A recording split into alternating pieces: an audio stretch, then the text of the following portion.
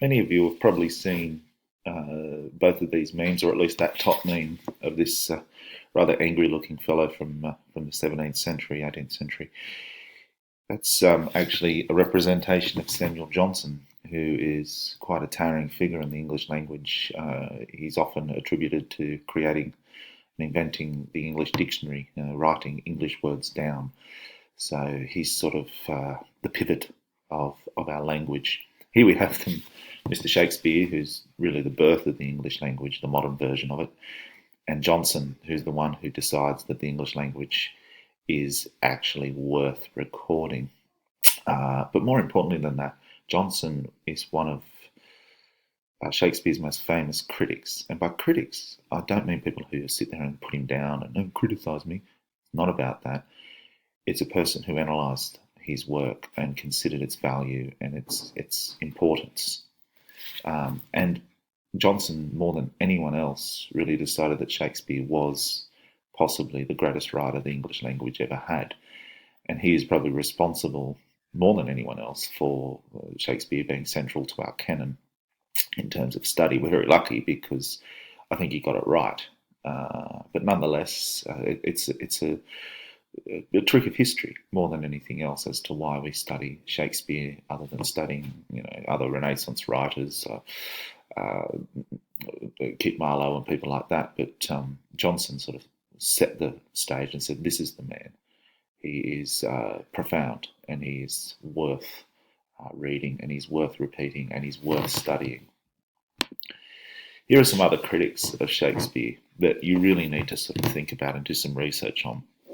There are heaps, but here are some of the more famous ones.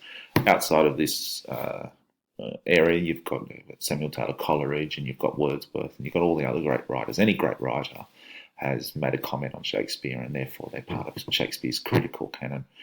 But some of the more famous ones, John Milton there, wrote poems to Shakespeare in the 1600s about how profound he was. So even prior to Jonson's era, you get people like Milton arguing that Shakespeare is one of the great writers and stood above all other writers in his time.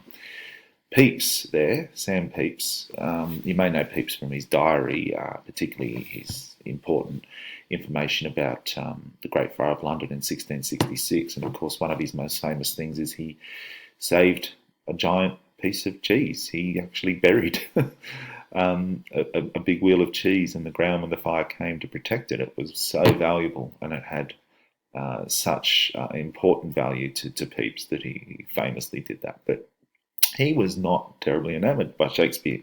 He saw A Midsummer Night's Dream, and he basically said, "It's a nonsense. It's the silliest thing I've ever come across." So even in 100 years or 80 years after Shakespeare's time, he was still by some people considered pretty terrible.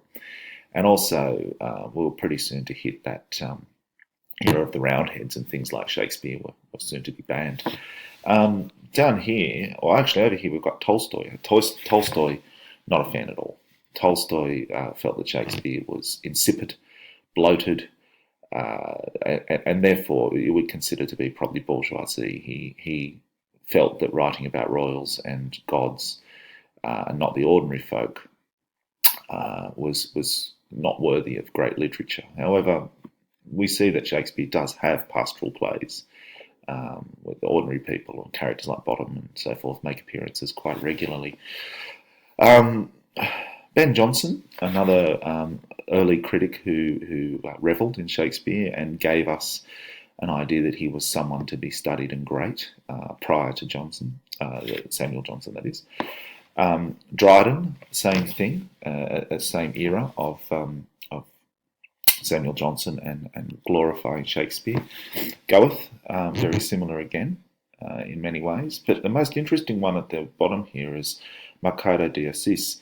Now, you can tell, obviously, he's not from an English heritage, but his most famous quote is that when we stop reading English, when the English Empire dies, we will continue to read Shakespeare. He's the one who says that it's universal and global, and therefore of great value.